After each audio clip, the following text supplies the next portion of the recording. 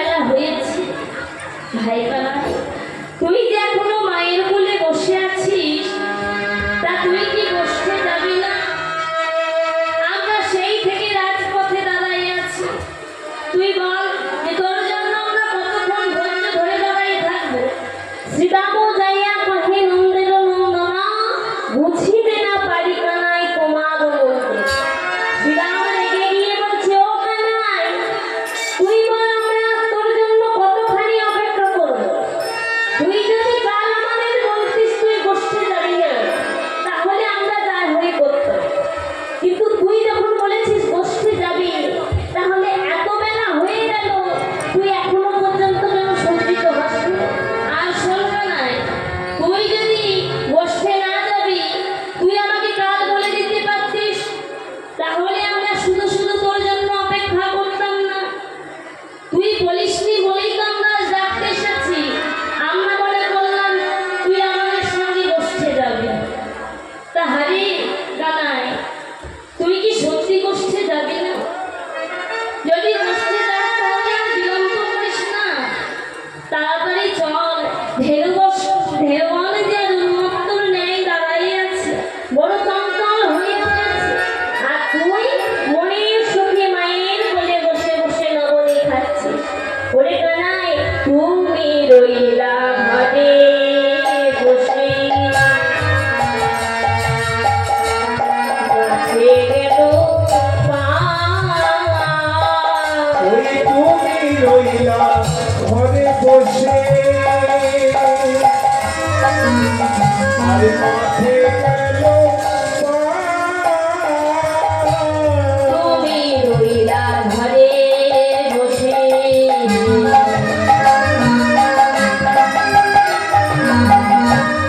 মাঠে গেল তুমি রইলা ঘরে বসে,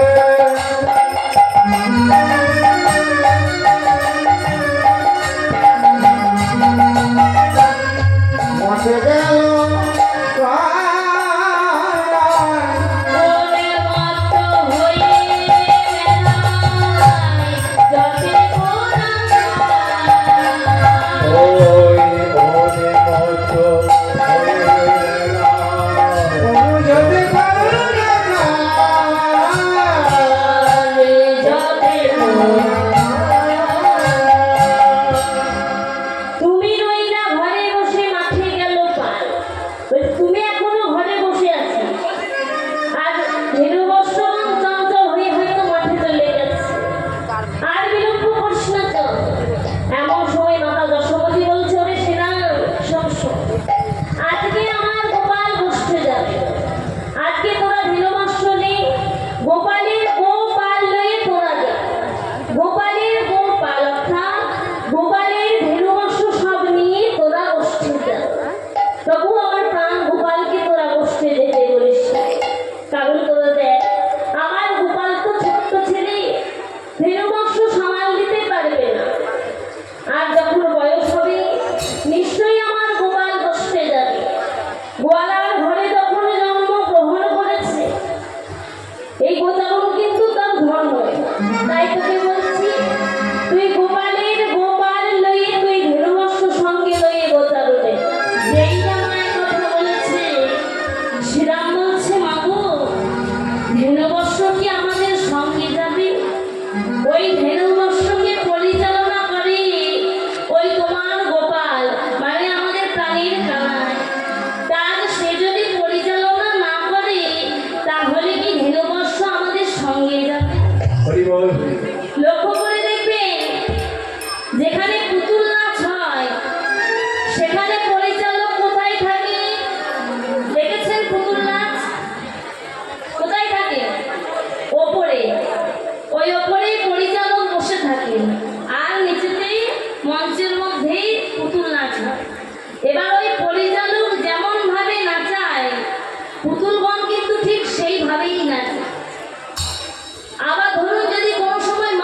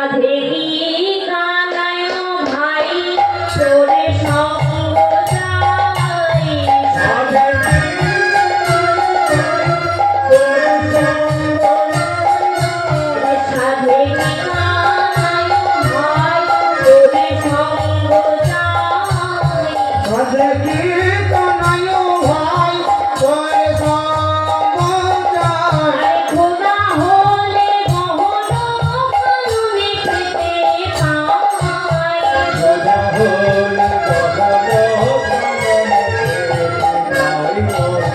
বলো মাঝে অন্য মেলে বলো মাঝে বলো মাঝে অন্য মেলে ওরে বলো মাঝে অন্য মেলে কানাই গো উঠে গেলে বলো মাঝে অন্য মেলে বলো মাঝে অন্য মেলে যাই ঘুরে বলতে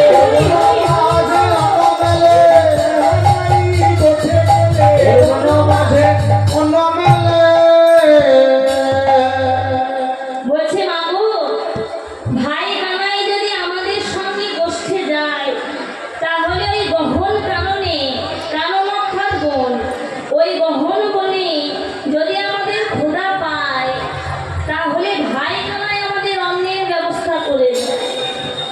তাহলে বলো মা কেমন করে তোমার গোপালকে ছেড়ে গোষ্ঠে যাব কি গো মা যারা প্রাণের বন্ধু বা মনের বন্ধু হয় তাদেরকে ছাড়া কোথাও যেতে ভালো লাগে না কিন্তু ইহজগতে প্রাণের বা মনের বন্ধু কিন্তু খুব হয়।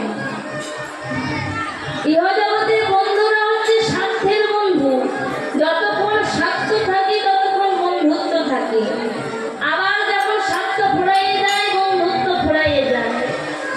বন্ধুত্ব কেমন হয় দেখবেন, যারা খুব ধনী হয়, খুব বড় লোক হয়, যাদের দেবার মতো ক্ষমতা আছে তাদের বন্ধু অনেক আছে, কিন্তু দেখবেন একটা ভিখারির কিন্তু কোনো বন্ধু থাকে না। কেন বলুন তো? কারণ তার দেওয়ার মতো কোনো ক্ষমতা থাকে না।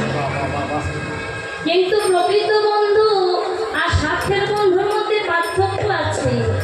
স্বার্থের বন্ধু স্বার্থ ঘোরালে কেটে পড়ে, কিন্তু যারা মনের বন্ধু বা প্রাণের বন্ধু হয় তাদের কাছে সমস্ত কথা খুলে বলা যায়, তাকে ভরসা করা যায়, তাকে বিশ্বাস করা যায়। কিন্তু ইহজগতে সেরকম বন্ধু মেলা ভার, তবুও হয়ে থাকে একজন কিংবা দুজন। ঠিক তেমনি শ্রীরাম হচ্ছে তার প্রিয় সখা, তাই শ্রীরামও আজকে চাইছে না যে ভাই কানাইকে ছাড়া গোঠে যেতে।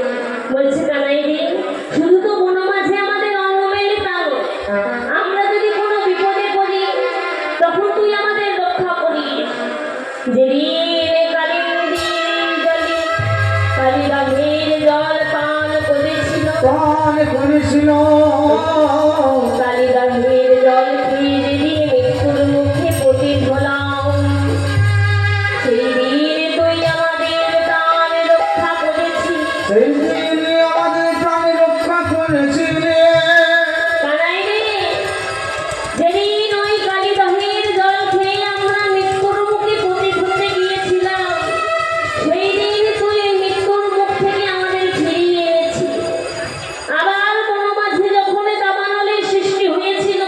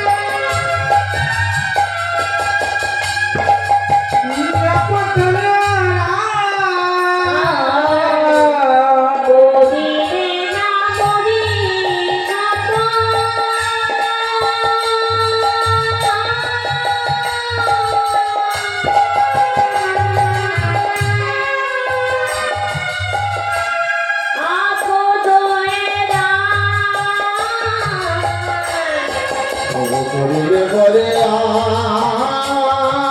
কত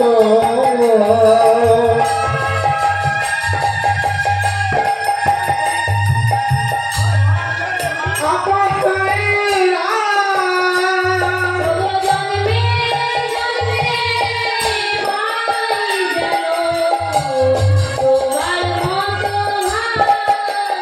ওই জন্মে জন্মে পাই যেন তোমার মতো ভাই ওরে জন্মে জন্মে পাই যেন তোমার মতো ওই জন্মে জন্মে পাই যেন তোমার মতো ভাই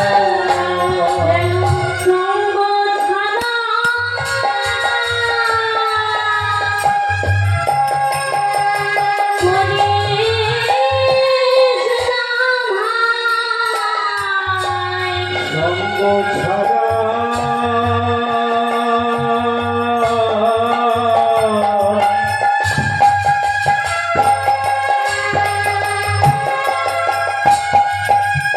করিস না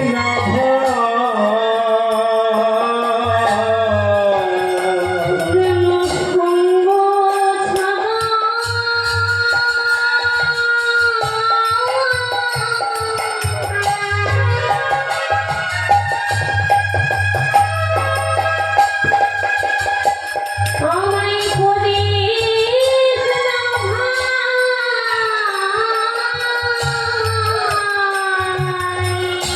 ওই সঙ্গ ছাড়া করিস না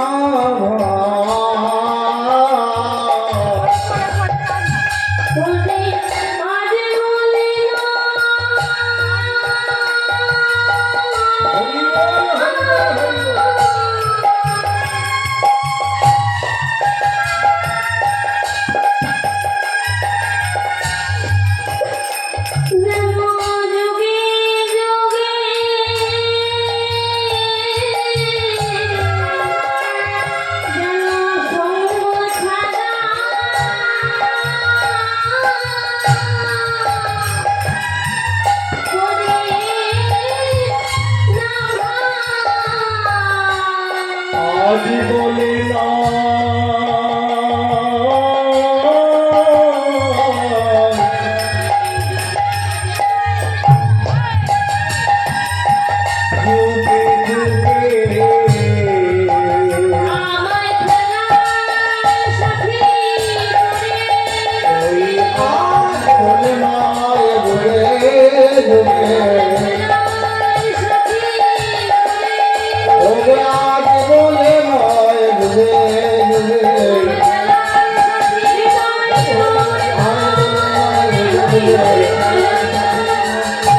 আজ বলে নয় যুগে যুগে সঙ্গ ছাড়া করিস না ভাই বলছে ভাই রে যেন তুমি সঙ্গ ছাড়া করিস না বহু জন্মের পুণ্যের ফলে বহু জন্মের স্বীকৃতির ফলে আমরা তো সঙ্গ লাভ করেছি বহু পুণ্যের ফলে আজ তোকে আমরা কাছে পেয়েছি ভাই তোর চরণে একটাই নিবেদন যেন তুই আমাদের সঙ্গ ছাড়া করে দিস না।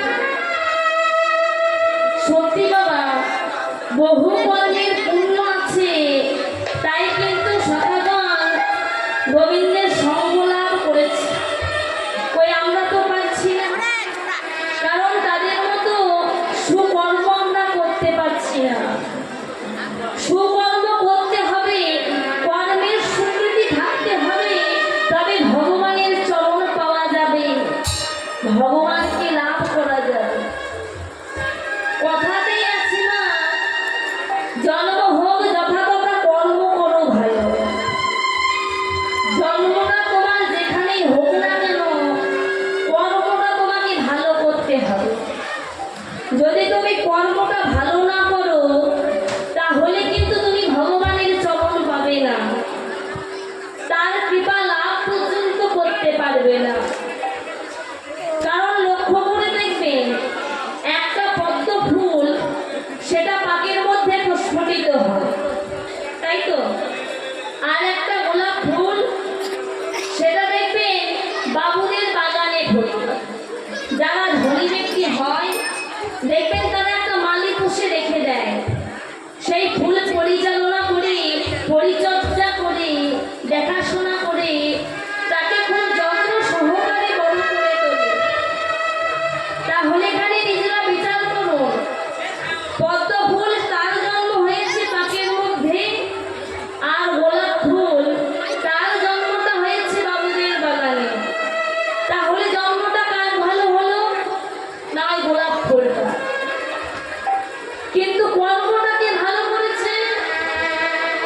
সেটা পদ্ম ফুল করেছে। কারণ ওই পাখির ফোটা পদ্ম ফুল সেটা তুলে নিয়ে গিয়ে ভগবানের সেবায় দেওয়া হয়। হরি বল। সেই ফুল আমার ভগবানের চরণে যায়, ভগবানের চরণ লাভ সে করতে পারে। কিন্তু গোলাপ ফুল দিয়ে বিয়ের বাড়িটাকে খুব সুন্দর করে সাজানো হয়, গোলাপ ফুল খোপার মধ্যে লাগানো হয়, গোলাপ ফুল দিয়ে ভালোবাসার প্রকাশ করা যায় বটে। কিন্তু গোলাপ ফুল কখনো দেব দেবীর রাঙা চরণ পাই না। ওই রাতুল রাঙা চরণটা পাই কি না, ওই রাতুল রাঙা চরণটা পাই পদ্ম ফুল। হরি বল। তাহলে কার কর্মটা ভালো? কর্মটা ভালো হলো ওই পদ্ম ফুলে। কারণ যে ভগবানের সেবায় লাগতে পারছে তার মতো সৌভাগ্য কি আর আছে? তার চেয়ে বড় সৌভাগ্য আর কিছু হয় না। তাহলে আমরা জন্মটা যেখানেই করি না কেন, কর্মটা আমাদের ভালো করতে হবে। একমাত্র কর্মটা যদি ভালো করি, সেই কর্মের জোরেই আমরা ভগবানের চরণ প্রান্তে পৌঁছাতে পারবো, ভগবানের চরণ লাভ করতে পারবো। নিতাই হরি বল, হরি বল, হরি বল। তাই সভামন বলছে, ভাই রে, বহু জন্মের সুকৃতির ফলে, বহু পুণ্যের ফলে আজ আমরা তো সঙ্গ লাভ করেছি। দেখিস ভাই, তুই যেন আমাদের সঙ্গ ছাড়া করে দিস না। তোর চরণে মাত্র আমাদের এইটুকু নিবেদন ভাই, যেন জন্ম জন্মান্তরের জন্য খেলার সাথী করে থাকি।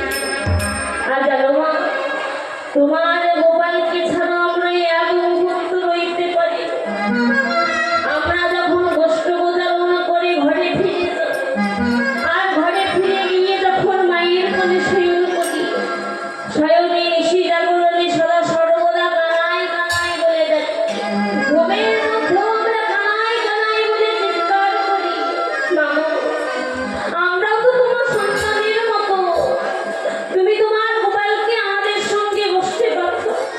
আজ তোমাকে আমি কথা দিয়ে গেলাম যে তাড়াতাড়ি প্রচারণ ক্রিয়া শেষ করে যথারীতি তোমার হাতে তাড়াতাড়ি ফিরিয়ে দিয়ে যাব।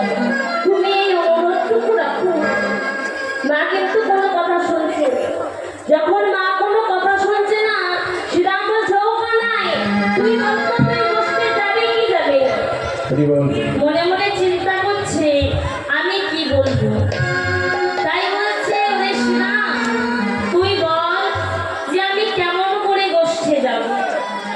দেখ, আমি গোষ্ঠে যাব বলেই চোরাপুরি ধরাপুরি বসে আছি। কিন্তু দেখ, মা আমাকে সেই থেকে